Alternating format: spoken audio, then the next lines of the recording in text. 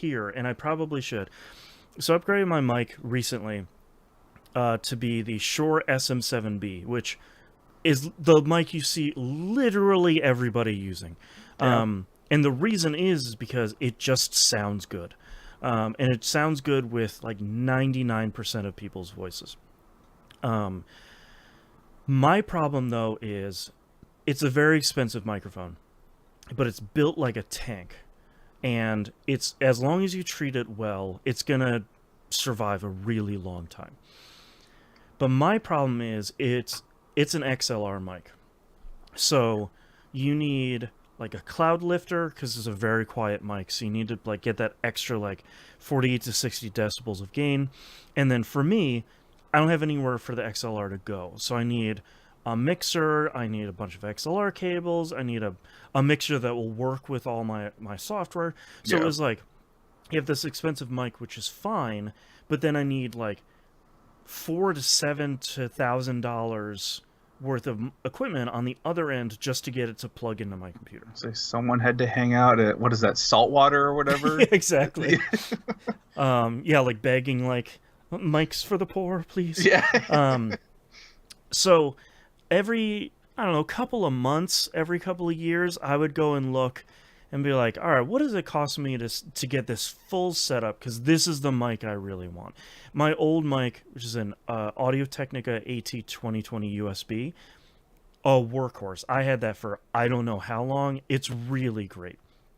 But I kind of wanted to take that like next step after so long. Yeah. And I was like, oh yeah, here's this cost, and like people just have these starter kits of like, here's the mic and a cloud lifter and like one of those like Go XLR boards that everybody says fails all the time. And I'm like, I can't afford any of this stuff.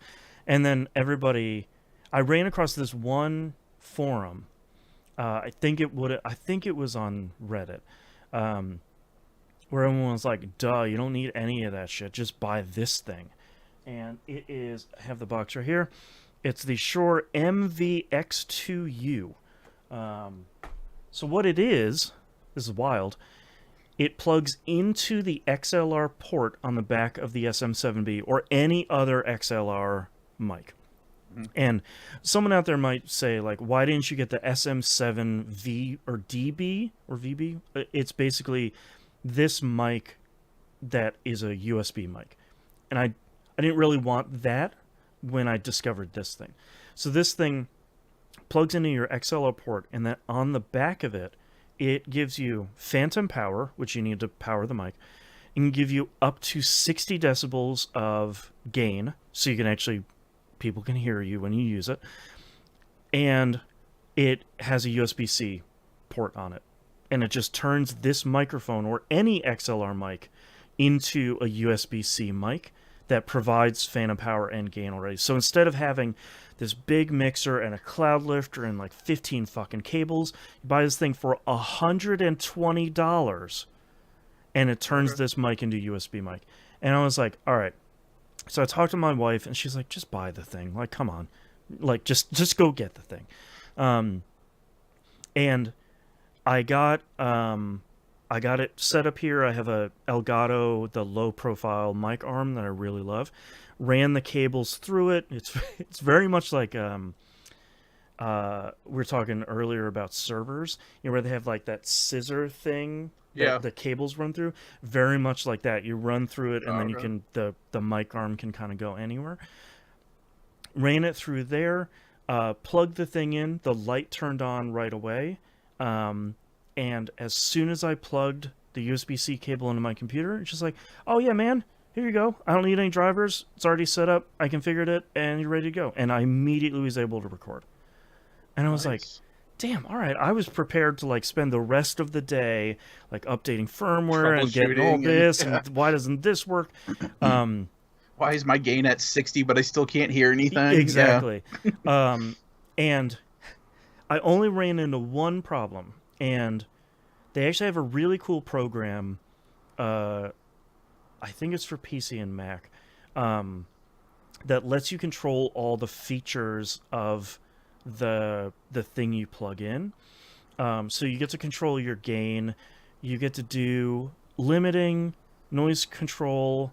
You can mess with your EQ a little bit, and there's like a bunch of other settings you can do if you like really want to fine tune it for your voice or for your room. And you can mute the mic from inside of there. And the video I watched from Shure about like, because I get confused about what all the settings are. So I was watching a video of like, this is what this setting is. We recommend you set it to this. This is what the setting, et cetera, et cetera. And then at the end, she said, don't forget to click the little lock at the top of the screen. That way no other programs like Zoom or Skype or whatever can change the settings on your mic. Because oh my God. if you want it, if you need it to be exactly this will prevent other programs from changing that. I was like, well, of course that's what I want. Like, what? I'm going to click that lock. What happens, though, is that I can't use any mic muting software because I have locked it into the unmuted position in the software. Okay. Because I was like hitting unintended consequence. Yeah, I was like hitting my mic mute, and it's just like, why is this not muting? Like, it's supposed to mute every microphone in the computer, like no matter what is connected. And as soon as I undid that lock, it immediately was able to mute again. I was like, son of a bitch. Okay, fine. It's like, you're doing exactly what you say you're going to do. Yeah. I just don't need that to happen. Yeah. That's... It's wild. It's almost... I wonder if they'll eventually come out where you can just lock individual settings instead of all settings at once. That's what I was looking at, and then they're like, oh, we're getting rid of all of that stuff. We're introducing a brand new piece of software. It's like, the old version was like Shure Motive something. And the cool part about that is you can update the firmware of this thing through that program. Okay. Which I did, because there was like allegedly there was a bug where some setups would have a really small and quiet hum in the original firmware. So updated that, which was actually really great. And they're like, oh, use this brand new one. And the new software just fucking sucks. Like, it's one of those things where it's like, I get what you're going for because you're trying to make a software mixer. Mm-hmm. I don't need to do that. I just need this super tiny thing. It just takes up like this much in a window. Like, it's not even a quarter of the screen. Just to like change the settings on this thing and save it, that's all you need to do. I don't need this big, giant, bloated thing. Ah, oh, so annoying. Yeah, it's the worst. Oh, well. Yeah. Can't have it all. No. So I am really happy because the thing I was worried about for so long is like, man, you hear everybody and you see everybody use this mic and it sounds so good and it sounds so crisp. What if it doesn't work for me? Like, I'm going to spend all this money and what if it's not going to work for me? So I'm really happy that I was able to get it in and the thing I bought specifically for it worked. And it worked natively with all my stuff, and it sounds genuinely really good. That's the other hang up I didn't even think about a lot of times where people are like, oh yeah, this will work with it. Mm-hmm. You have to take, a grinder to the side of it and make a port slightly bigger to fit it, and then you have to run this solder kit through it. Right. And, Yeah, I did have a little bit of a problem connecting it because it's pretty long. It's like the thing, it's maybe about like 3/4 as the length of like a can of pop. So it was kind of a bit of a pain to get it connected to the microphone while it's sitting here in the mic arm. But once I got that done, you like manipulate it and like flip it and twist it just to plug it in. Once it's done, I'm never gonna unplug it again unless I'm like taking my mic somewhere, which or moving your desk or something. Yeah, like, and even at that point, like, I'm unscrewing the arm and the arm is coming with me, like with everything connected. It's like, one unit now. Yeah, like I'm not taking my chances here because one of the other concerns I have is a lot of people were saying like, hey, don't use the SM7B with this mic arm because it's too heavy. Okay. It's not really.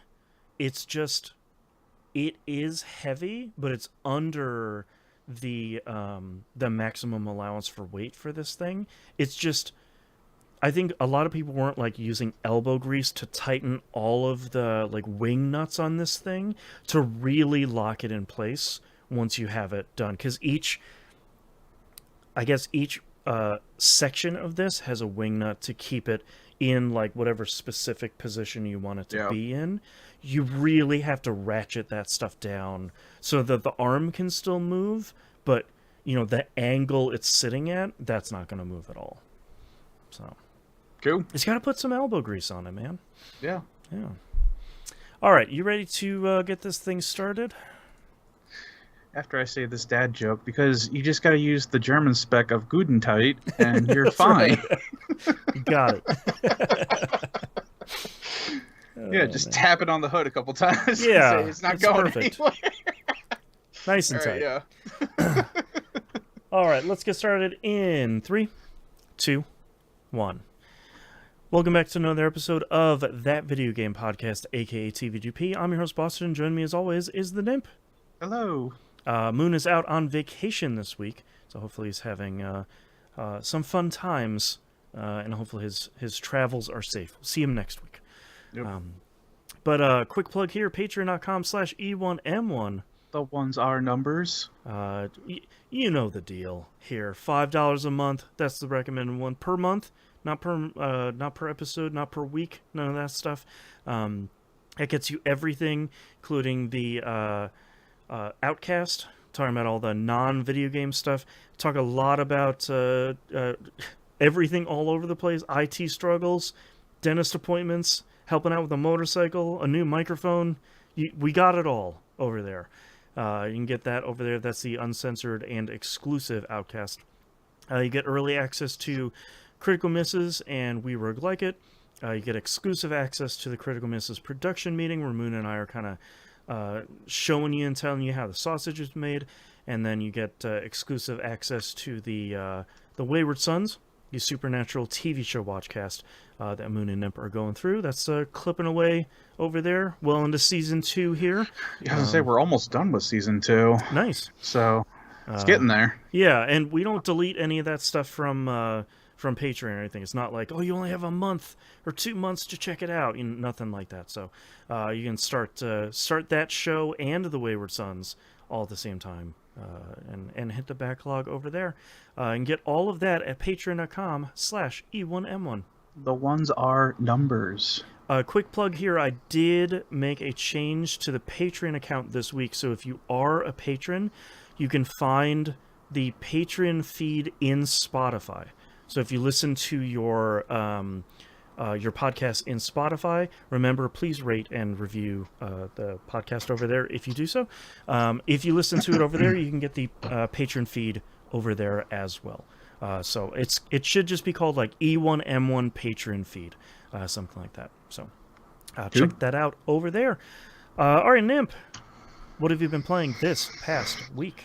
All right, so this week I have been trying to just bear down on Legend of Heroes Trails through Daybreak. Oh, okay.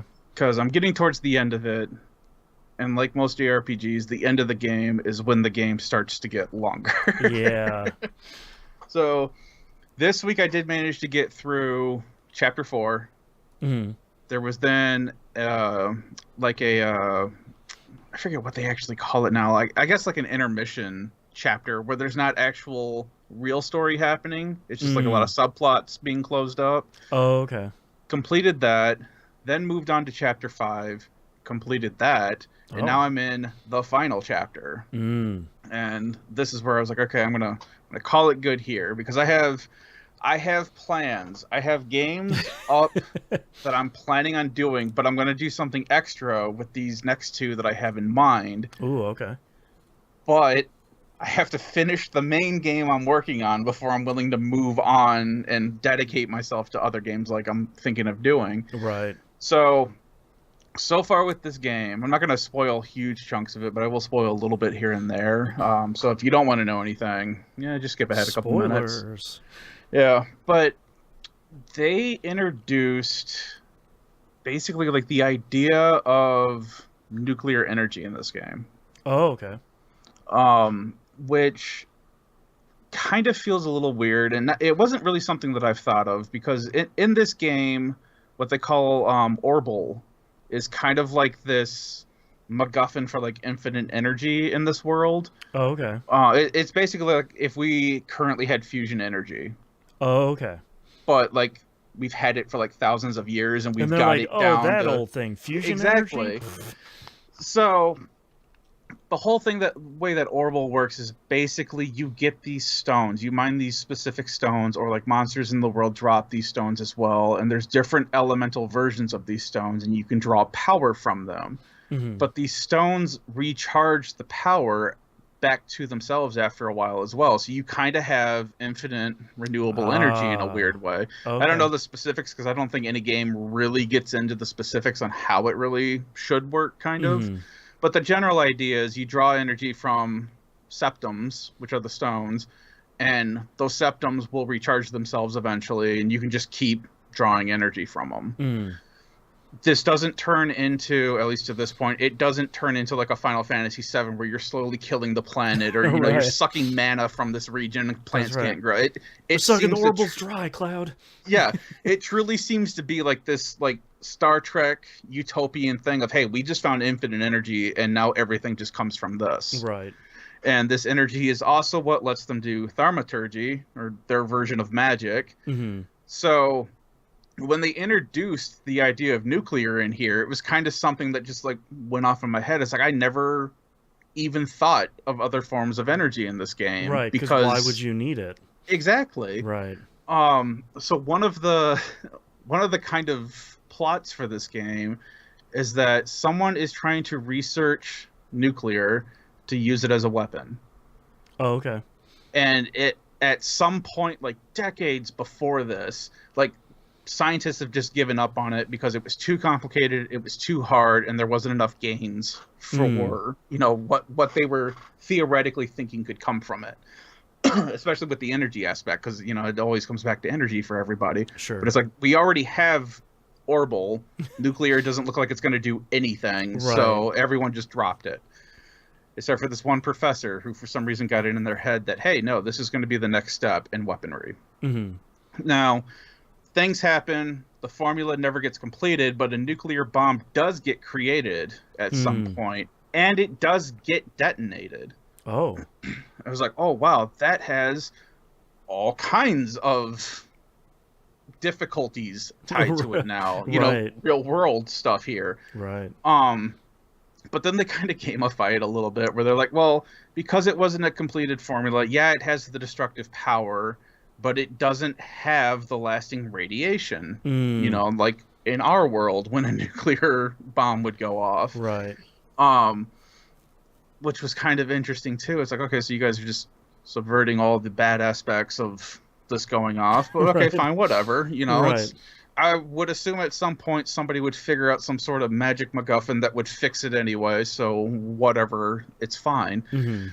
But I just thought it was weird that, okay, now this is part of this story. And in my mind, I'm like, it really does feel like, hey, we've had fusion, but what about steam engines? Right. And what if we tested blowing up a steam broiler to destroy a building? Right. You know, it's like, we have this. Like, you solved the problem. Yeah, it destroys planets. Like, come on.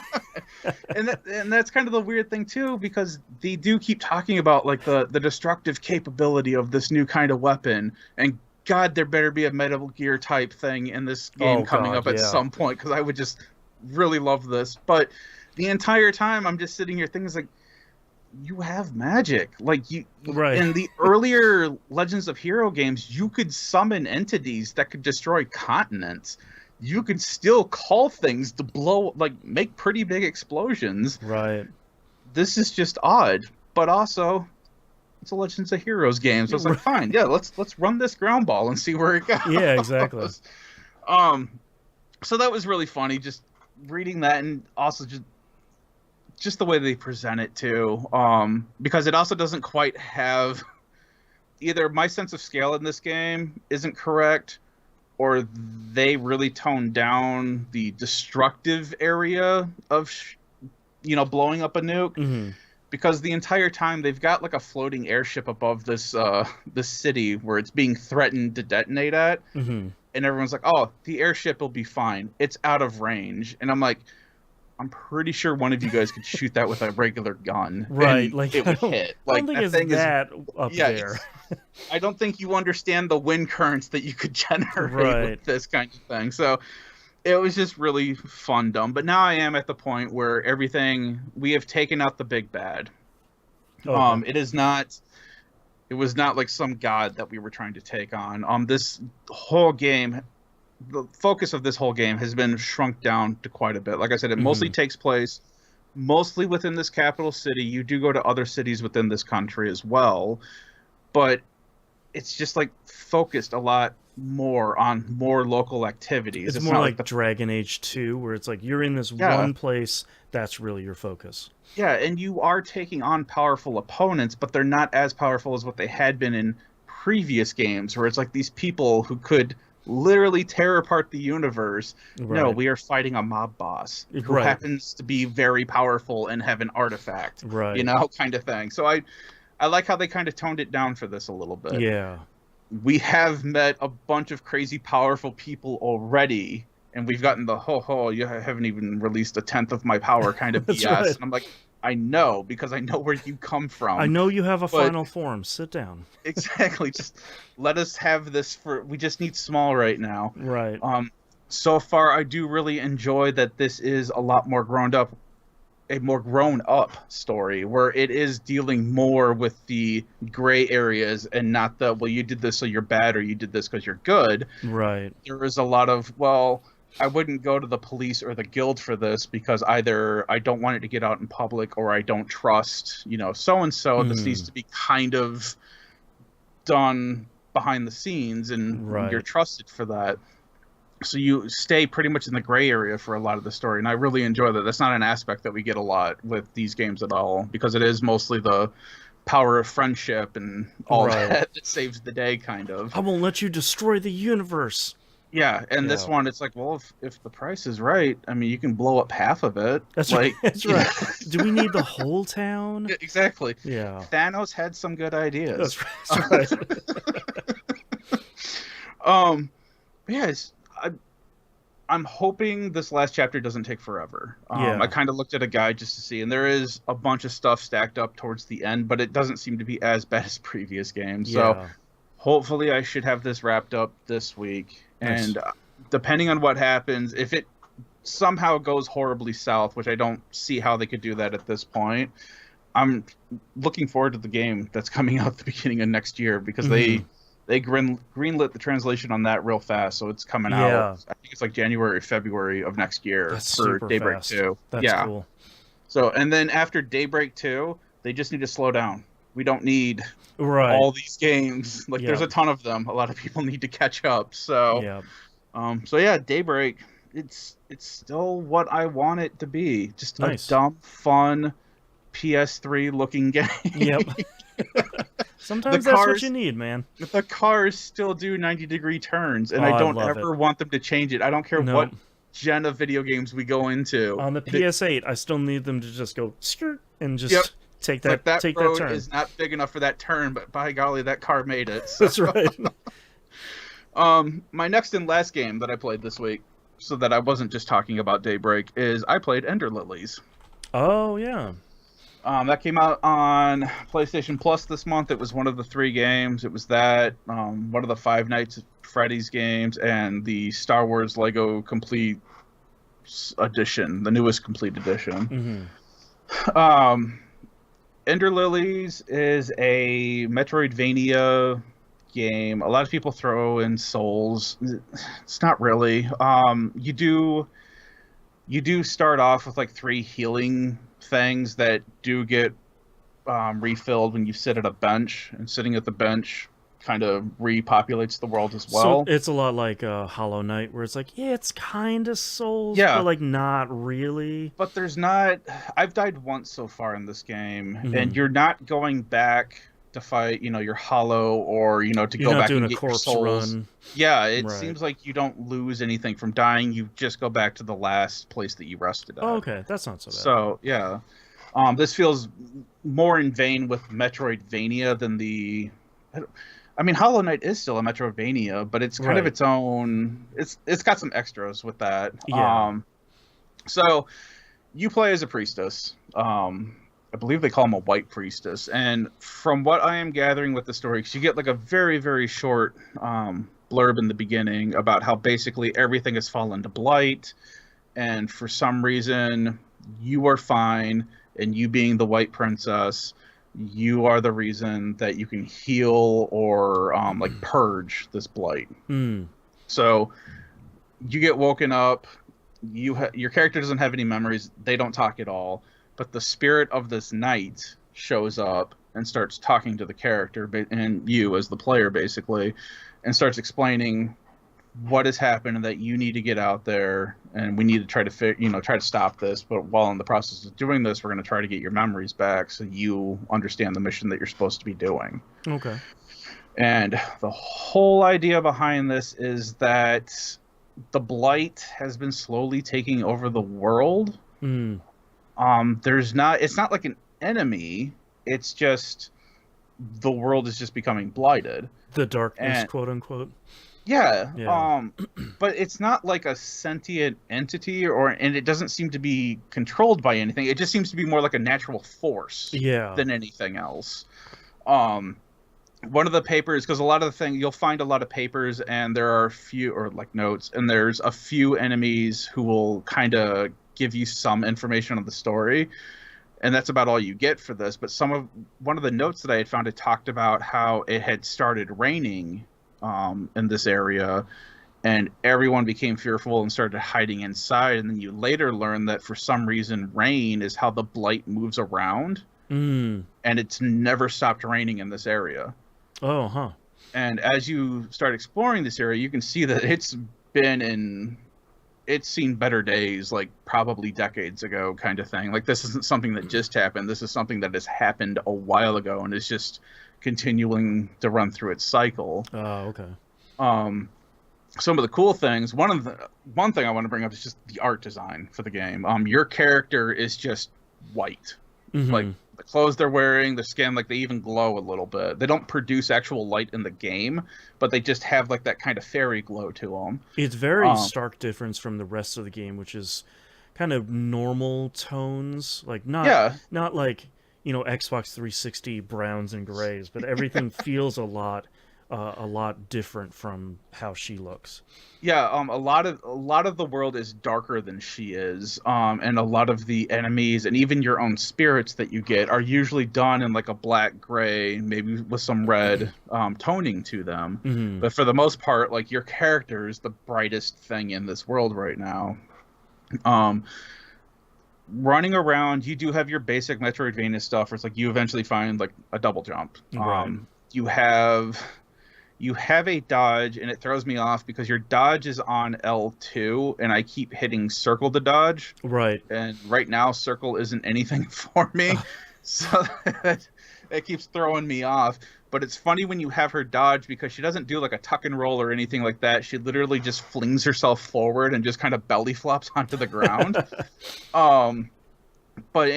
I'm figuring this out too. It does seem like there are iframes with your dodge. Mm-hmm. I've been trying to figure it out with a lot of the fighting. It's like, okay, where is the exact iframe with this? Because it seems like it's kind of short. But it's not anything hurt. Like I'm not playing Bloodborne with this. Like I'm not trying to get parries down or anything like that. It's just you can back away from an enemy, and some of them have range, and some of them will just run up on you, and you can dodge right through them. They do the one thing that I hate is touching an enemy. You take damage even if they weren't attacking you. Yeah. But a lot of times you're not. When you when you know that's what's going to happen, a lot of times it's not an issue. Because the spirits that you use, they usually have a little bit wider range than where your character is actually standing, so you don't have to get that close to hit a thing. So it doesn't become a big thing. It's just when you're trying to maneuver through a map and an enemy just happens to get close to a ledge that you pull yourself up, and now you're taking damage because you touched them. It's like, come on, guys, this is stupid. Yeah. The spirit so far, when you start out, the knight that I was talking about in the at the start, who was talking to you, he is a spirit. When your character is running around on screen, he turns into like this red little sphere thing that's following you around, and he is tied to your, on the PlayStation, he's tied to your square button. I would assume it's the X, equivalent on Xbox or PC. When you hit that button to attack, the knight will then form in whichever way you are facing. The knight will swing his sword. And it looks really cool in the footage we're watching here of just like out of nowhere comes this knight slashing a sword and then kind of goes back and disappears again. Yep. And it is really cool. And like I said, the knight has a bit of range to it, so you don't have to get your character that close to your physical character that close to an enemy to hit it, because the knight's got that extra reach to him. Right. Currently, the knight has infinite uses. You can sit there and spam square. It's not going to be an issue. You fight your first boss pretty soon after leaving the starting area. It's not difficult, but once you beat them, you then get your second spirit. And you have to go to the bench, you have to sit down, and then you have to equip them. And you can have 6 spirits altogether equipped, but you can only have 3 spirits up at a time. So they are tied to your square, triangle, and, like I said, on the PlayStation, and the circle button. And if you hit R1, I think it is, it will flip. So that way you have another group of 3. Oh, sure, it's your modifier. modifier. Choose to use. Yep. Right. So you can have up to 6, but you can only have 3 at one. At the immediate time that you can use. You can flip back and forth as many times as you want. I haven't tried it in between attacks to see how quick it is. But that's probably the idea. Is you could start comboing stuff eventually if you wanted to, and just kind of get a flow going with it. But so far, I've got 5 spirits. Let me check my notes real quick. 1, 2, 3, 4. Yeah, I've got 5 spirits so far, and they each are radically different from each other. Like I said, the knight just pops out, swings his sword, goes back in, has infinite use. The second character that I was just talking about, they have an iron ball that they will fling around. That has 13 uses, or charges, kind of. And they're stationary, so wherever you're standing at, that spirit will show up wherever you're facing, like probably like a foot or 2 away from them, and just sit there and start swinging their iron ball, and anything that walks into that spirit will start taking damage from it. And your character isn't locked in place, but that spirit is, so you can plant that spirit and run away or jump off or whatever, and that spirit will stay there and do whatever. That's kind of cool. I also found out too that while you were in the air, if you summon that spirit, they will go right there in the air and stay there and do their attack. It changes a little bit where it kind of turns like this 360 spin that it starts doing. So if there's anything in the air in that position, it'll stay there and just spin and do damage to it. There's I just call it the slug. I think it's called like the hills or the cliffside spirit. And my son and I just call it a slug because I saw my son playing this and I was like, oh, that actually looks kind of cool. Let me check it out. This one, when you use it, it basically spits out a slug that arcs from you, and it dive bombs into the ground, and then it kind of does like a tiny little AoE when it hits. And that's how that one does damage. There's a fungal sorcerer that I got that creates a toxic cloud that nobody can block, so if something walks into that cloud, it just starts taking damage as long as that cloud is there. And there's another one that I just unlocked, which is a bird, that summoning the bird does not cost a charge, but every time that bird does a range attack, that costs a charge. And the funny thing with this is I was just complaining because my son was watching me play before we started doing the podcast. I don't have any ranged attacks, and this sucks because there's a lot of enemies that do. And then I found this bird boss thing and took it down and got it. I was like, oh, well, that fixes the complaint that I just had, because the bird, like I said, it just follows you. And if there's an enemy anywhere, it will just start shooting at it by itself. You don't have to do anything for it. And you can unsummon the bird too, and it doesn't cost a charge for it to do that either. So a lot of different interesting things you can do. So far, yeah, I've got like the double jump. I've got the kind of like an air dash thing that came. I don't think it was unlocked, but I think it came with the dodge that you already have. And I've already been to a couple areas where it feels like either we're gonna get like a higher jump or maybe like a triple jump, kind of, just because I can't reach certain things just yet. And I'm only like maybe an hour or two into this game. I'm not very far. Oh, okay. There is a leveling system in this. It can't really tell so there's two different leveling systems. With the main character, I can't really tell what it's impacting when you level up so far. Because it doesn't seem to be impacting health. It might be impacting the strength that you have. I'm not sure. But it's not like you leveled up and you got 2 more strength and 5 HP. So. Yeah, and it's also not showing you, hey, here are all your stats that just increased kind of thing. And there aren't, when you look in the menu, there aren't a whole lot of stats either so far. But with your spirits, though, when you collect certain like blighted orbs or whatever in the game, if you get enough of them, you can then charge up your spirits so that like the Iron Ball spirit that I was just talking about, that has a higher attack now that I've leveled it up 2 or 3 times. Again, that doesn't even show like what the stats are for that, so I'm not sure how much of it. It is noticeable because you can see the damage. You get the little numbers at the top when you damage something. So I did notice that. Oh yeah, this is now doing like 80 damage instead of earlier. I think it was doing like 60 or something like that. But you don't see the actual numbers in the stat screen or anything like that. Which isn't a big deal. Whatever. Yeah. So leveling up the characters. You also,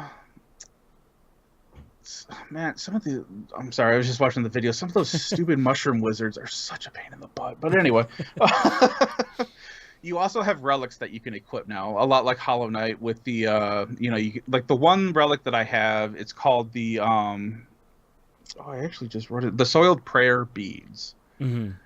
You have a certain amount of slots that you can have equipped at a time. You start off with 3. The prayer beads cost 1 slot to equip. Every time you find a bead in the world, it increases your health by 5. Oh, okay. And I'm assuming it's permanent, or while you have this on. Like I don't think it's one of those things you unequip it and re-equip it and it's different. But so I found another item called the Dream Music Box, which is supposed to decrease the damage that you receive from enemies. But that one by itself I think that one cost 2. The beads costed 1. And I think before I found another item I could only equip like up to 2 relic slots or something like that. Okay. Ended up finding another item in the world which increased that to 3, so then I could have the beads and this dream box. So now I have more health and I'm taking less damage now. Oh, nice. So it's that kind of thing with like Hollow Knight, but you're not finding. So far, the beads are the only thing where it's like you're finding like these random beads throughout the world. The dream box, it doesn't look like it has anything like that. Where it's like, oh, if I find another note or something, it increases or anything. That just seems to be a one and done kind of thing. But yeah, so far, like, it's really been nice to play. Controls feel nice. They're not floaty or anything. I know a lot of people complain that they don't feel any weight with the attacks, but I kind of feel like since your character isn't actually doing the attack, it's the spirit that's doing it. Right. It doesn't feel weird to me, but maybe if you're coming at this like off of Elden Ring or something or another Souls game, you're like, no, I don't feel that. It doesn't feel right. Yeah. Yeah. Torek in chat asks, are those 3D models or are they animated sprites? I honestly don't. I think they're animated sprites, but I'm not 100%. I kind of can't tell. They animate in an interesting way that sort of makes me think that they're 3D models, that they're trying to emulate how sprites look, but it looks really cool either way. Like it's such a cool design. Yeah, it looks really nice. I also really like too when you sit at the bench, all of the spirits that you have, because like I said, when you're running around, they're just red orbs until you go to use them, and then they materialize and do their attack. But when you're sitting on the bench to rest, all the spirits will take on their form. Yeah, they're all and kind just of hanging out with you. Yeah, and they just sit there Yeah. with you, and it's like, man, that looks really cool. That's a cool looking game, man. Yeah, it is really fun game so far. I'm only level 10, I think it is, and my son was telling me that I'm coming up on the second main boss. Okay. We were kind of debating on what an actual boss is in this game. Oh, sure. So it is because, a Souls-like. Well, yeah. So, like you do find unique enemies that, because all these enemies that you fight, they have like a health bar and a stagger bar, and I'll get into the stagger bar here in a second. But some of the enemies that you can collect as a spirit, they don't have a health bar above their head. They have a bar to like the bottom right of the screen, and they have a name. Okay. So it's kind of like the difference between, okay, this is a named unique enemy as opposed to a normal enemy, but it's not quite a boss enemy. Yeah, it's kind of a mini boss, but kind of not. Yeah, because so far the one boss that I have fought, it has had a phase where it's like you take out one phase and then it's morphed into another phase, and that looked super cool. So I'm wondering if that is, since I haven't fought another what I would consider to be a boss, I don't know if that's what the difference is. It's like the main bosses have phases, then there's unique named enemies that turn into spirits. Yeah. I don't know. I haven't played enough of it yet, but my son and I were just kind of going back and forth trying to get on the same page on what we were talking about, because he was like, well, I already fought like 5 bosses. I'm like, geez, you're like really far into this game. That's right. Like, were you almost done? Like, well, and then he's like, well, you already fought like 3 or 4 of them, didn't you? I'm like, no, man, I fought like 1. That's right. But that's when we were figuring that too. It's like, oh, okay, these mini ones, that's what he was also considering a boss as well, which Did could you get be, a I don't know. or not? Like, yeah, something weird like that. But yeah, so far I'm enjoying it. This looks cool. So yeah, that's all I really have to say about it. Yeah. I didn't check prices. I think this is a $30 game though, last I heard. And this is a perfect example right here. Okay, on the screen, go to the YouTube, look up this thing at this timestamp, this video. Fungal Sorcerer. This is what my son was saying was also a boss too, and I considered these to be a mini boss, and that does turn into a summon. But it just kind of seems like a unique named boss to me. But I don't know. Once we've played more and we've debated more, we'll figure it out. So this game is $25. Okay, so yeah. So that's not so bad. I would pay that if I hadn't gotten it for free. Yeah. And I was really in a mood for a Metroidvania, which I think I am now after playing this for a little bit. Right. But yeah, that's all I've been playing this week. All right. I have been playing PowerWash Simulator. So I was checking out the patches, the status of the patch. Talked about it last week about the PS5 not functioning. Yeah. And developer was still saying like, yeah, man, we're working on it. We're looking at it. You can delete your save in the meantime. It's like, okay, fine. I'm just going to delete my save because I'm getting a little grumpy about not being able to play the Warhammer 40k DLC that I bought. Yeah. It's like we talked about last week, sort of assuming the game was still going to keep functioning. That's why I just bought the DLC before I fired the game back up. And I forgot with the PS5, I don't remember if it was like this on the PS4, when you go to delete your local save file, it turns off auto-syncing for PS Plus. So my good save is still in the cloud. Okay. When I re-enable auto-syncing or I pull the save back down. So like my platinum 100% total completion save is still up there. I just have this one that I'm playing with until they fix the issue here. So that's not so bad. I totally forgot that that's how that functions. I know you could shut it off. Right. Because I had to do that with one other game one time, but I don't remember if on the PS4, if that automatically did it for you or not. I was pretty happy it automatically did it, because I was just sitting here thinking, it's like, just plug in a thumb drive, man, and just transfer. Right, and like, I was going to do that, and I'm like, all right, let me just delete this. At least I have it in the cloud. I thought that was one cool function here of just like, all right, you're probably deleting this manually for a reason. We're just going to turn this off. Yeah. So I greatly appreciate that. I did have to go through and set my settings back up of like, I forgot how unbearably slow the camera movement is when you're turning left to right. So I had to like jack that way up to get it usable at all. Because I don't I always forget there's two modes in this game. There's the like your sprayer stays in the middle of the screen and you're moving your character, or it's the one where you're planted and the sprayer is moving wildly all over the screen. I don't like the like wild spraying one. Your old GoldenEye 007 control. Exactly. I don't like that one because to me, like, I'm not playing this game to do a speed run. I'm playing this game to like listen to a podcast and clean something for 30-40 minutes. You just set it to whichever one makes you twitch less. So I set all those settings back up and started the Warhammer 40k DLC. I will say here, I don't know anything about Warhammer 40k, mostly for like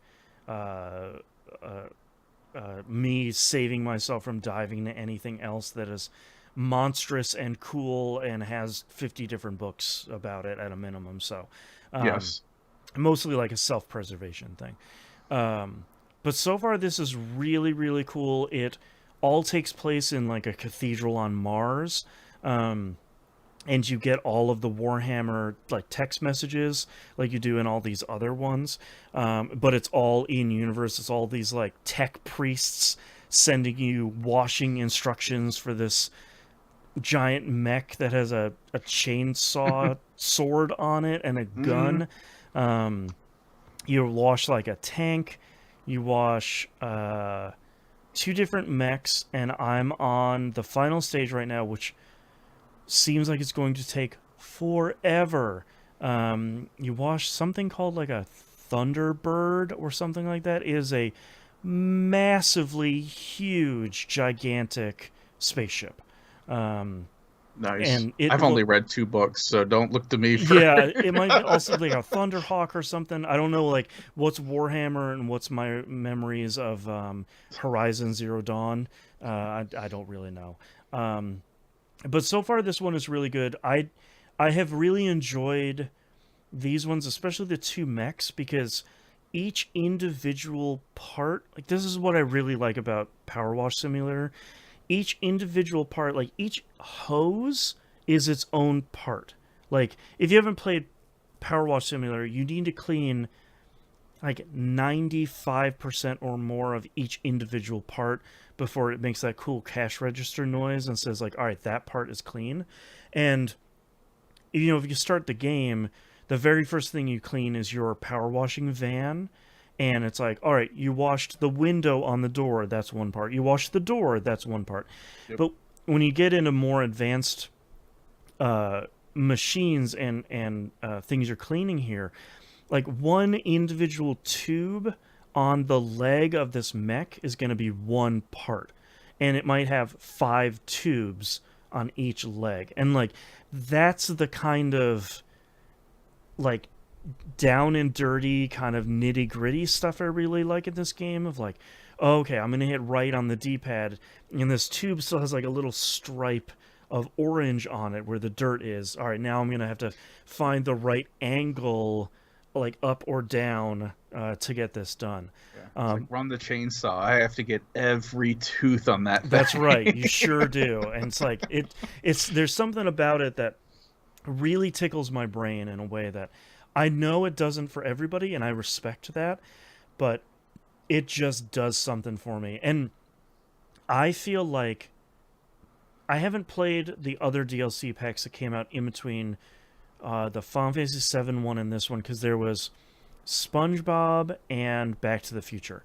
I haven't played either one of those, because like I will eventually, because I want to get all the trophies, and I want to support the devs, because each pack is only like $7 or $8, and it comes with 5 levels, which feels pretty good. especially with like how detailed a lot of this I want stuff to say, is. like, even the free one, like the Final Fantasy VII one, the free one. Yeah, and Yeah, the that was Tomb only Raider like, one. yeah. For Yeah. the well, I didn't play the Tomb Raider one, but like Oh. the Final Fantasy one specifically, you only had two vehicles, Mhm. but it was kind of like a museum piece of like, oh yeah, Yeah. okay, I'm cleaning the truck and the motorcycle, but it's like I really get to take a look at the truck and the motorcycle, Yeah. and climbing under this thing to look at the brake lines on, how they were Right. running it. And one of the cool things about this DLC that I like is each level will give you, the little step stool and then the big what is it? Ladder or the You know what scaffolding. Thank you, scaffolding. Jeez. It's like corsets all over again. Yeah. But what's cool about it is, especially in the mech that had the chainsaw sword, there's a structure around the back of the level that has two levels that you can climb up and down. So you don't have to move the scaffolding into the perfect position to then climb up to realize, oh, it's 2 inches off from where I need it. I'm going to climb down, move it over a little Move bit. it, and, This structure is always there, and you can kind of climb up to whatever level you need and go around the mech, which I greatly appreciated, and it still looks like it's in the world. Like even the little step stool looks like some sort of like metal scarab or something. Like it looks like a it's got, like, Warhammer the ruins thing. and stuff on it. Yeah, like it looks like Warhammer stuff, but I like that PowerWash Simulator isn't a hard game, but there's some stuff and some levels where you're just like, oh my god, if I could fly for 2 minutes, I could just take care of this annoying thing all the way up there that I don't want to bother with.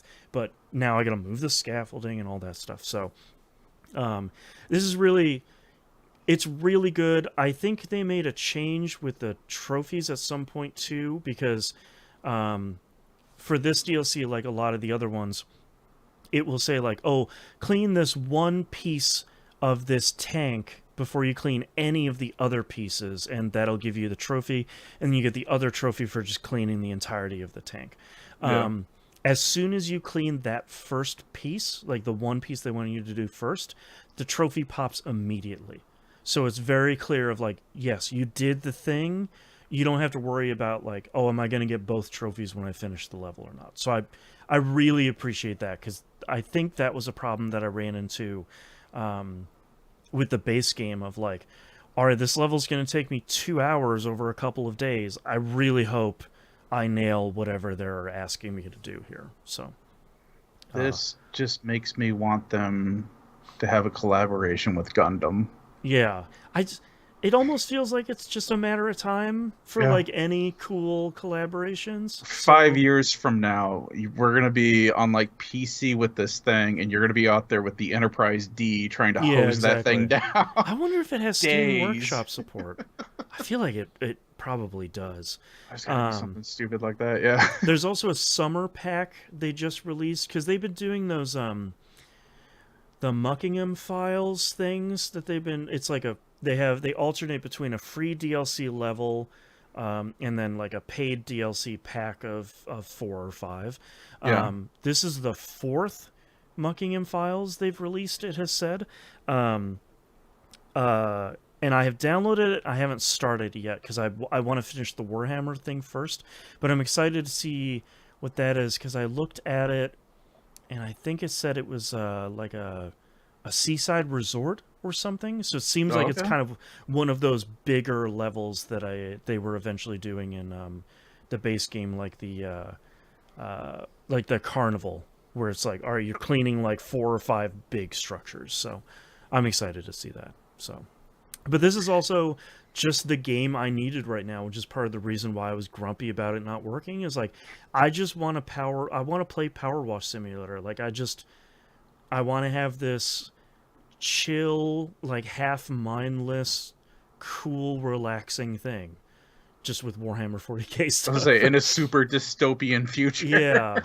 Yeah. So I didn't really have any doubts that they were going to nail this, because they've really nailed all their other collaborations so far. But this is really cool. And happy to see, like all the other DLC, I hadn't cleared any other levels since I started a brand new save, and I could just hop into any of this DLC, which is great. So kudos to them. Not like, oh, complete the first 5 levels before you can play the thing you bought. It's like, no, man, just it's PowerWash Simulator. Hit left on the D-pad, it'll spray forever. Go clean the thing. Here's the jump button. So I gotta get back to that treehouse level. Like that's like that one of the treehouse level longest killed ones. me. Yeah. It's really, that would be the one that I would wish I had someone to play co-op with, of just like, you start over there, I'll start down here, we'll meet in the middle somewhere. Do your best. There's just a ton. It's mostly for me, it feels like I have like a level lower power washer than I need for that area, because some things just take forever to clear, and there's like a bunch of it everywhere on that stupid treehouse. I think I got, when you were talking about the trophies and stuff, that reminded me about where I was at, because I think for that one you had to clean like all 27 lanterns or stuff first. Oh god, and I think I already did that. Right. Now it's just completing the level. Yeah, and the only complaint that I really have about PowerWash Simulator is there are some levels in the base game, and it seems like they do away with it here in the DLC, where they really want you to use the soaps. Yeah. But it's so annoying, and they just never last long enough, and they cost too much money that I don't want to use it, because I'm saving up money to get the next sprayer so I can do all of this stuff way faster. But I'm not going to spend like $50 a pop for a wood soap just to make this go a little bit faster, when I could just wait and keep listening to my podcast. Like, I don't know what they would do with that system, but like I kind of wish it was a little bit better. Maybe if they make a PowerWash Simulator 2, they'll revisit that. But honestly, like, maybe they just either need to make the soaps last a lot longer, or just make it, I don't know, like you have infinite but like a limited quantity on each level kind of thing. Yeah, I gotta put a gauge in there where it's like I spend 22 asset points to bring 50 gallons of wood soap with me. You know? Yeah, exactly. Like there's something, that system is a little bit off. Yeah, give me a skill tree so I can increase my soap bucket. See, yeah, let's get experience points for cleaning this stuff. Now we're there. Talking You go. about it. Yeah, see. All right, there we go. Square Enix, bring the RPG in here. Let's go. But yeah, I've been playing a bunch of that. I'll hopefully finish the last level here this week and kind of wrap that up. But speaking of satisfying things to play, a little to the left. Finally getting back into this, because I know Moon's been playing it. A lot of the like daily tidies, they call it, of the daily missions. I know he's been doing a lot of that. And I thought, all right, if I'm looking for something like PowerWash Simulator, this kind of like tidying and cleaning, scratching that part of my brain, satisfying sort of game, this seems like something that would really click with me. I feel like I'm getting closer to getting this game, and I think part of it was my kid wanted to play this with me, because she has like that same organizational brain that I do. And when she saw that we completed a level, but we only got like one of the 3 stars, she said, oh, well, how do you get the rest of the stars? And I said, well, you have to figure out how to organize all this stuff, but in a different way. And she said, oh, well, let's do that. And I was like, oh, man, all right, okay, sure. Like, why not? But I think I got when I started doing that on the levels, and I was sticking with the levels to clear it, 2 or 3 times in a row, I think I finally started getting part of the appeal of it, but I needed to not do the thing I do with games like this all the time, which is, oh, I'll just clear this level. I don't care about that, like A rank or S rank or whatever it needs to be to perfect this level. I'm gonna worry about that later. No, I think the intended way to really enjoy this game is you're going to figure out the best way. You're going to figure out all of the ways to organize this level before you move on. And that's the way that you're kind of like stretching your gray matter. And once I started doing that, I feel like that started becoming a lot more fun for me. Um, so I, I think I'm also getting into levels that are more interesting. Like I got into this one level where you were spinning these three glass uh, cups. I like couldn't really figure out what I was supposed to be doing until one of them I figured out that the shape in the foreground and the shape on the other side of the glass matched up. And as soon as that happened, I was like, Yeah. oh, all right, that's cool. So, like, I'm getting into more levels now that are way more interesting, sort of conceptually, other than like, all the plates go together in order, stack them up in size, that sort of thing. It's like you're playing with the 3D space a little bit more, which I think Yeah, I was is gonna say more because interesting. they don't tell you what the objective is, correct? You're Well, just correct. plop down and you just see stuff and you're trying to figure out what they want you to even do. Right. It almost seems Okay. like one of those like I know like the IQ stuff is all bunk, but like it almost seems like one of those IQ tests of like, all right, you've got all this stuff. How would you organize them? And I'm like, well, Yeah. of course they would go like X, Y, and Z. And then, interesting, interesting, interesting. And then one of those things where you like organize it and you're like, that's the one. I got it. No big deal. Then it pops up and it's like, yeah, 1 of 3 stars. And I'm like, I don't, how the hell else would you organize? What are you You talking you about? get a little thing that just says, "Huh? Why Yeah. did you do it that way?" Interesting. Yeah. You have problems with your mother. I see. Okay.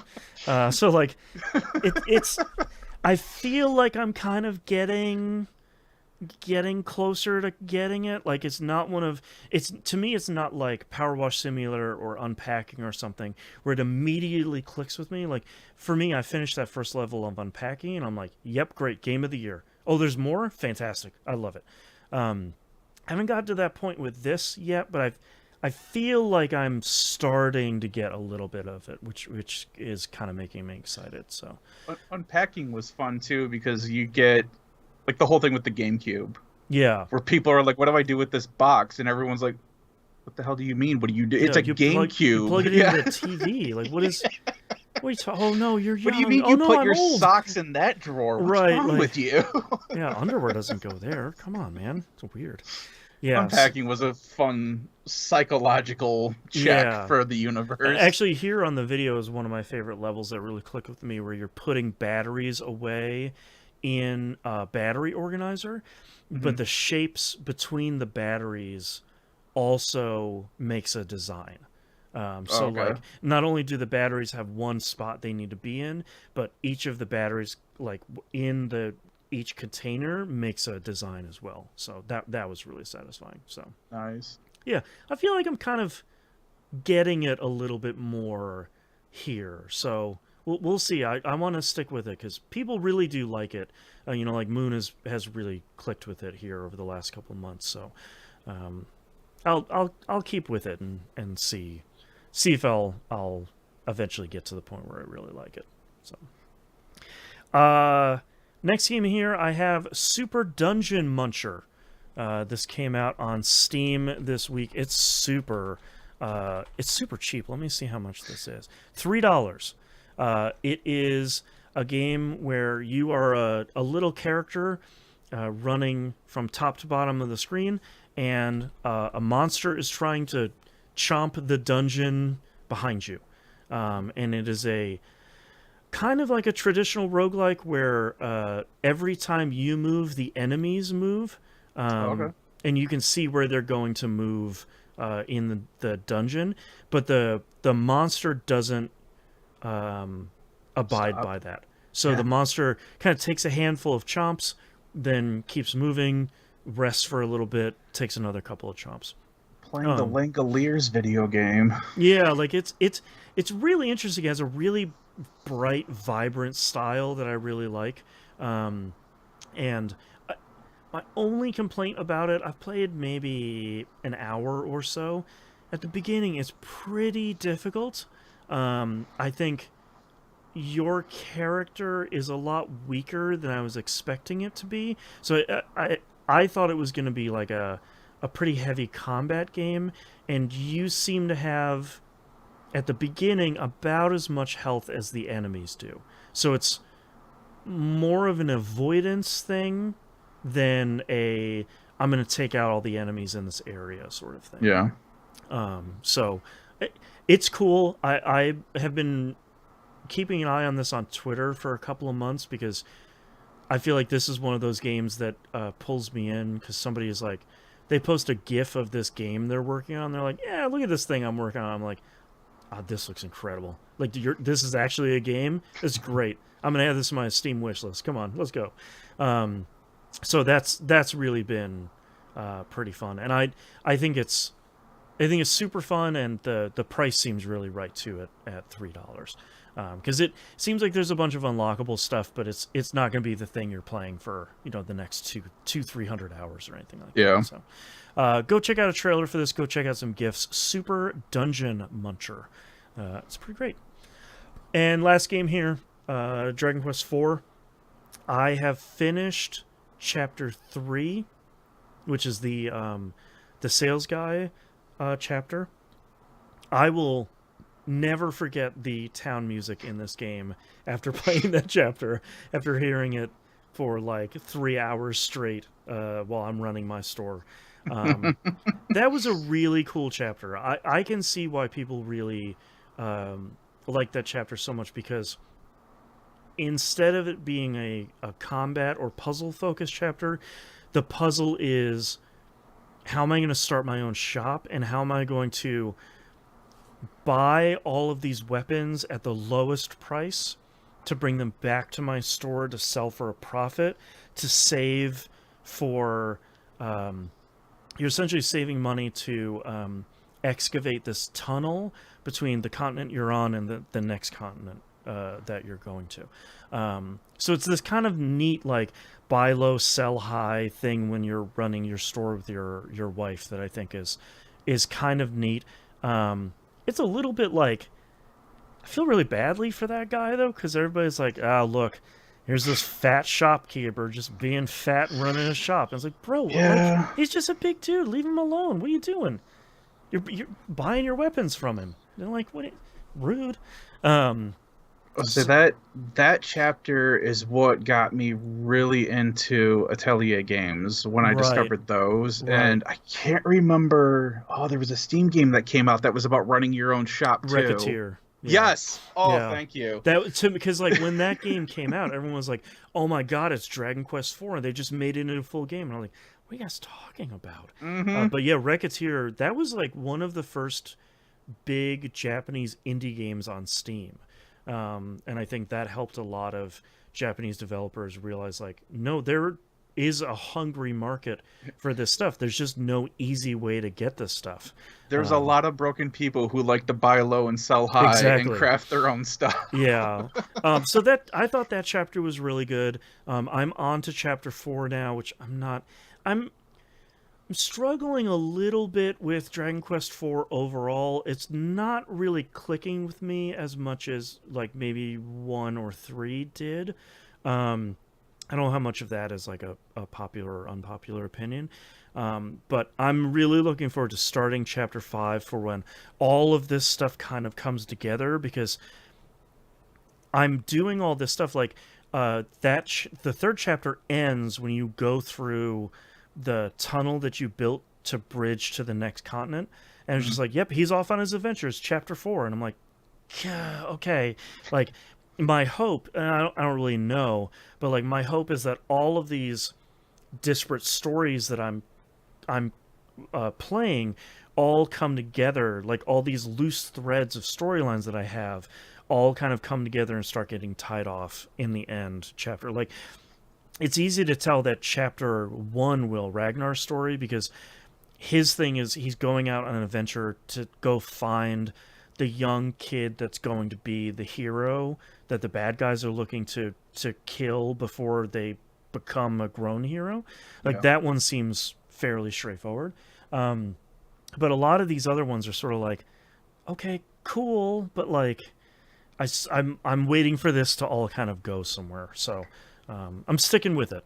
You're on the build up. Yeah, like, and that's the thing of like, it's a cool idea for these games so far, like having this be all these kind of little like vignettes with all these different characters that I know is going to come together in chapter 5 when you're back and playing as the hero, Denim, of course. But like I'm ready to, with this fourth chapter starting with the two sisters, I'm like ready. I'm ready to get to that point now. Yeah. So hopefully soon. Most of these aren't really that long anyway. If you're like I am and you're following a walkthrough, a lot of it is like, yeah, go here to this dungeon, complete the dungeon. It has one easy puzzle, keep going on. So. Yeah, go grind for a little bit till you hit level 20. Exactly. And... Yeah, put on a podcast, grind for a little bit. Let's keep going. Yeah. So, yeah. All right, that's all the games I'm playing this week. Let's take a break. So, I did forget to bring up in pre-show, so I'm just going to do it here at mid-show. Okay. I watched enough of Pink Gorilla to get another game. Nice. And the new game that I got from them... Live unboxing. Ooh, nice. Dishonored 360. Hey. For the Xbox 360. Nice. I don't think I've... Oh, wow, this comes with a manual? Dang, what a treat. Drop it? I threw it on the ground. Yeah, look! Oh my God! Look at how beautiful these were. That's the color manual too. Yes, the heyday. It actually tells me about swords and pistols and crossbows. Sheesh. So I don't think I've ever. Oh wow! And another blast of the past. The 360 controller. But it's an actual picture of the controller. Oh man! All right, while you're showing that off, I have to go take a quick bio break. I'll be back. I'll be right back. So I don't think I've ever actually played Dishonored, now that I'm sitting here trying to rack my brain on it. I may have checked it out, but I know for sure if I did check it out, I didn't get very far into it. Man, this case is actually in pretty good condition too.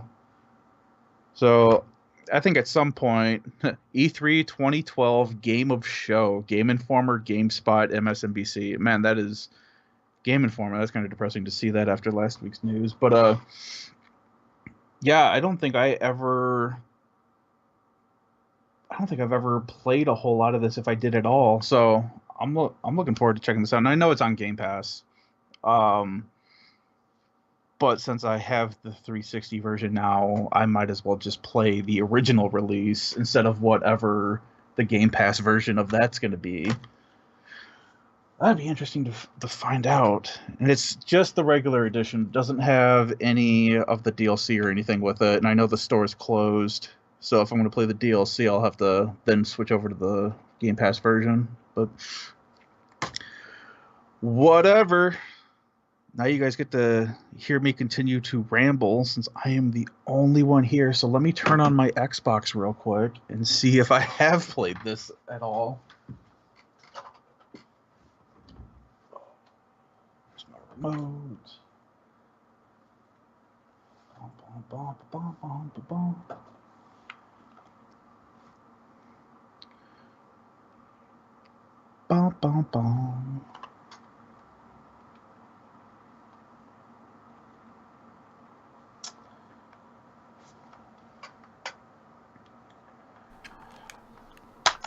Just looking to see if I have achievements for this or not. Oh. And the game app isn't pulling it up, but I'll come back to that since you're back. I'll come back to that later. But as I was sitting here talking to myself, I was just sitting here going, yeah, I'm gonna probably play that. And that specific version, I know it's on Game Pass, but I think I'm gonna play the old school version. Get a feel for it. We'll see how broken it is too. Oh yeah, for sure. That would be fantastic, especially with the store being closed now. I don't think you can install updates from the 360 games anymore, can you? I think you can, because I think the network is still up. Okay. And I think you can re-download your old stuff. But I That's don't. what I was saying too. I don't think if I did play this, I think I only did like the very, very beginning of it. Yeah, like the But I, tutorial level, and that's yeah, it. but I don't remember buying this at all or anything. Maybe I got it for like Games with Gold or something forever ago. Maybe that's what Right. I'm thinking of. Right. Um, but yeah, it's just. I was also saying too when you left about how it won E3 2012 Game of Show, and then right Oh. under that it says Game Informer. I'm like, man, that's Oh man. depressing. R.I.P. Sheesh. Man. All right. Yeah, Are you ready for the next part? I am ready. All right. Let's get started in 3, 2, 1. Let's talk releases for the week of August 12th, 2024. Green Hell comes out PS5 and Series consoles.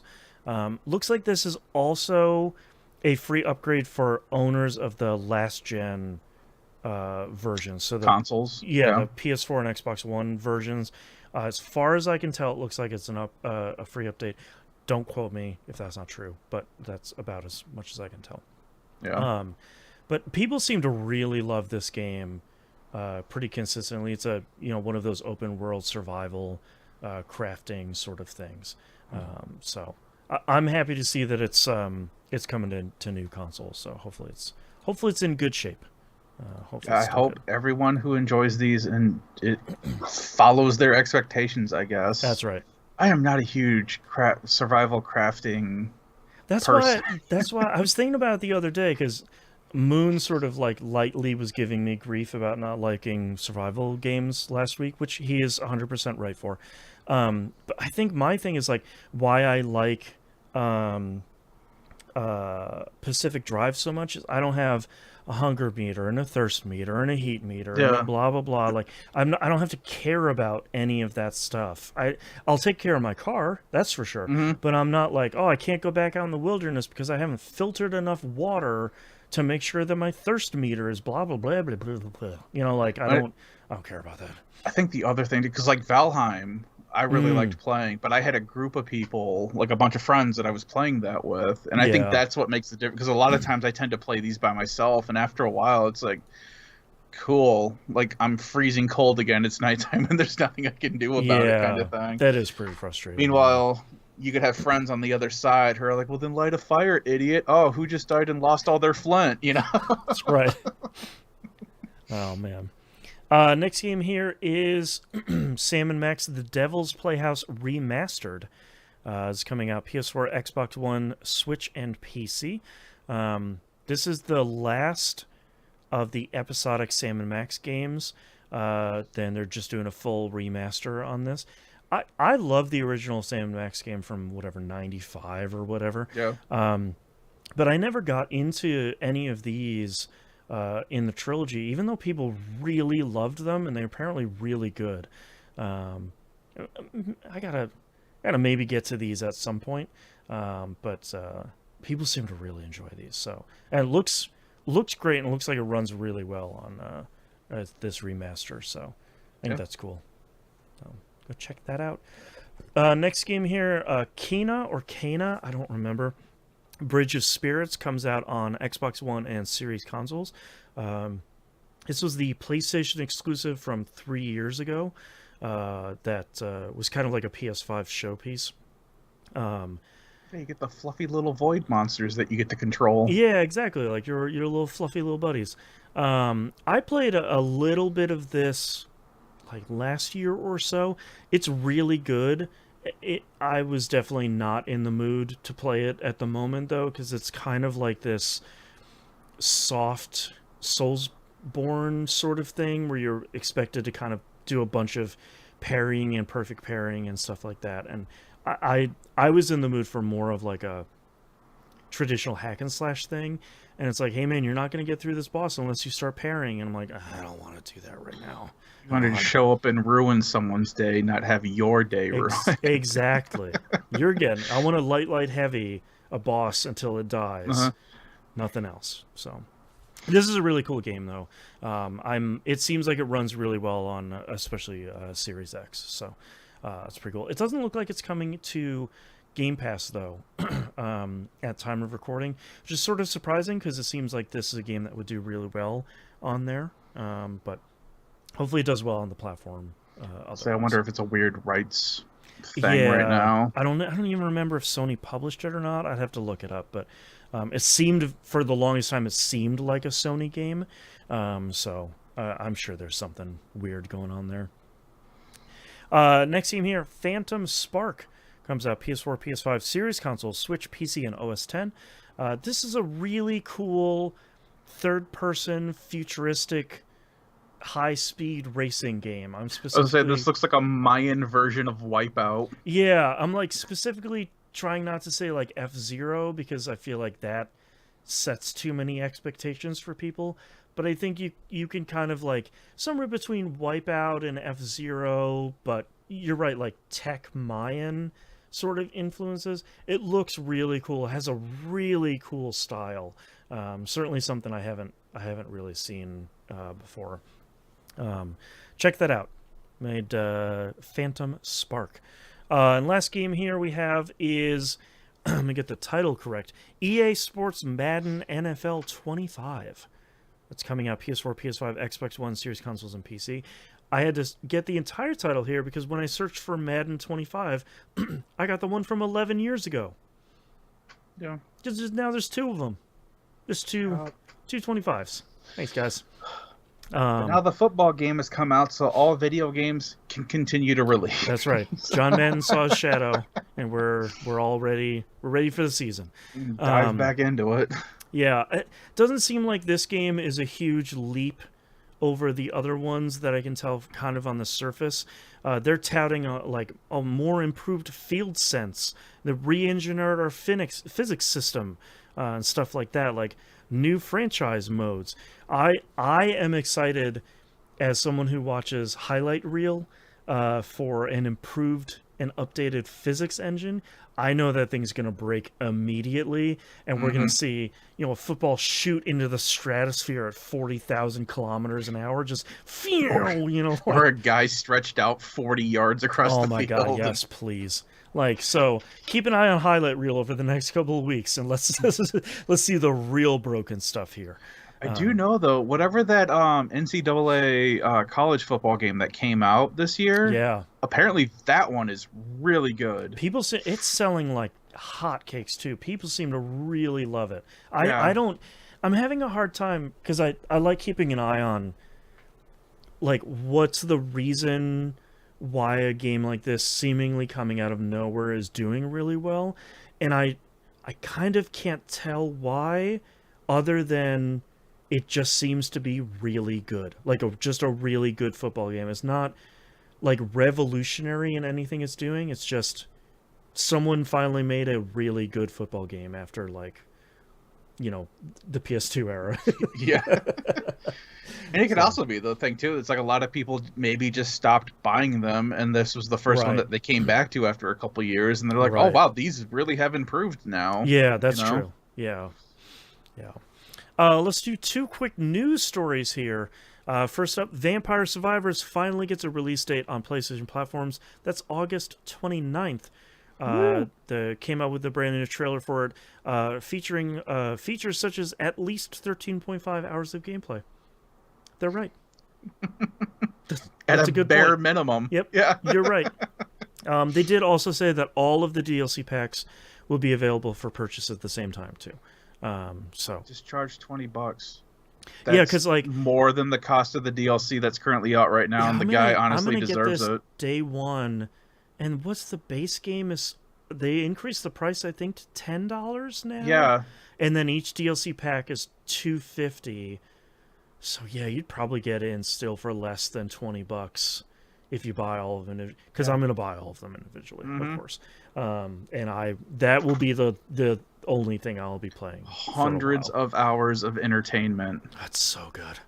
I can't wait. Don't even look at that trophy list. Just that's gonna kill. Loading that up and seeing like 2,000 trophies on that thing. They said that they were having trouble with the trophies. That's why it had been delayed, because it was supposed to come out earlier this summer. But they made a statement on Twitter a couple weeks ago about like, look, man, we're really working on it. We're just having trouble with trophies. And I was like, oh no, That's yay, but oh no, like, are you breaking the limit of the number of trophies that are in a game? Oh no. But I'm gonna get them all because the game's real good. For the third time, I will play 100% of that game. Yeah, I had to uninstall it off my phone because it was becoming a problem. Yeah, I played it. I think I played like a run on my phone. I was like, nope, this has to leave. Yeah. That's the only thing. It'll keep me off social media, but it'll be the only thing that will kill my phone. So yeah, between PC, Xbox, and now PlayStation, and Yeah. I have my Portal, which that is still going well, by the way. Oh, nice. Um, Oh God, God, that will playing be a this on good the Portal, game. yeah. Oh no, what have you done? Oh no, I'm sorry to my wife and child. And last news story here: Final Fantasy Pixel Remastered getting another physical release. Yay. I got an email about this from Square Enix. They're like, "Hey man, Final Fantasy Final Fantasy Pixel Remaster getting a physical release," and I was like, "You already did that. You can't fool me. Come on, man. What are you doing?" But I was actually able to go to the Square Enix store and purchase a copy, and I think I had gotten the email. I'd seen the email about an hour or two after they made the announcement. I was like, "Well, they're all gone for sure." So I'm just going to get pissed off all over again. But no, I managed to get a copy, and it sounds like they're going to be at selected retailers as well. And it comes with a sticker pack. Hooray! But I'm hoping that they're going to print enough of these this time for people to be able to go into a store and buy them, because yeah, people can feel however they want to feel about the Pixel remasters, whether you prefer the originals or I only like the Game Boy Advance one with the orchestral music patch, blah blah blah. But this is a really great pack for people who just want to play the original Final Fantasy games, and being able to go into a Target and buy this for the Switch and put it in your Switch and 6 games appear, that's still an appealing idea. So I hope this is available much more widely than the other one was, which apparently only had like maybe 50 copies they sold. Snapped up nearly immediately. So yeah, so I was looking at 'cause you had posted it in the Discord on the 8th. Right. And I was super busy, and I didn't have a chance to pre-order until the 9th. And I was also in the same boat as you, where I saw you post, "Oh, I got a pre-order." And I'm like, SOB, I swear, if I can't get this stupid thing. And Swear to God, I'm just going to try it. I'm just going to try it. And yeah, it went right through. So yeah, I'm hoping that for people that want it, they just have like just an open pre-order. Yeah. Instead of a limited pre-order, because that always sucks too. Like I don't understand why pre-ordering has become such a weird thing. Right. With everybody. It's like just if you get 8,000 pre-orders, I'm willing to wait an extra month or two to get my pre-order. Right. You know? Like I'll stay in the queue for the next next print run or whatever. Like yeah. Especially for somebody like Square Enix, like you just have an open pre-order window, and if 50,000 people pre-order, make 50,000 of them. Like you got enough cash. You're going to be putting out a new Dragon Quest game this year. You have enough money. Like exactly. That thing's gonna print you money. So stop saying NFTs are the future and put money to pre-orders. They're finally starting to like drop off of that. Yeah, get a little bit quieter about it. They said something a couple months ago that was like, "Oh no, yeah, we're still committed to NFTs," and the whole market was like, "Bro, AI is cratering." And you're the scam before that. Like you need to get out. You need to get out 2 years ago. Like they're just 2 months away from announcing their new BitLock currency. Not BitLock, right. Sorry. Currency BitCloud called Gil. Yeah. That's right. Oh, my Gil tokens. Yeah. I'll delete that part. Square doesn't need to hear that. Yeah.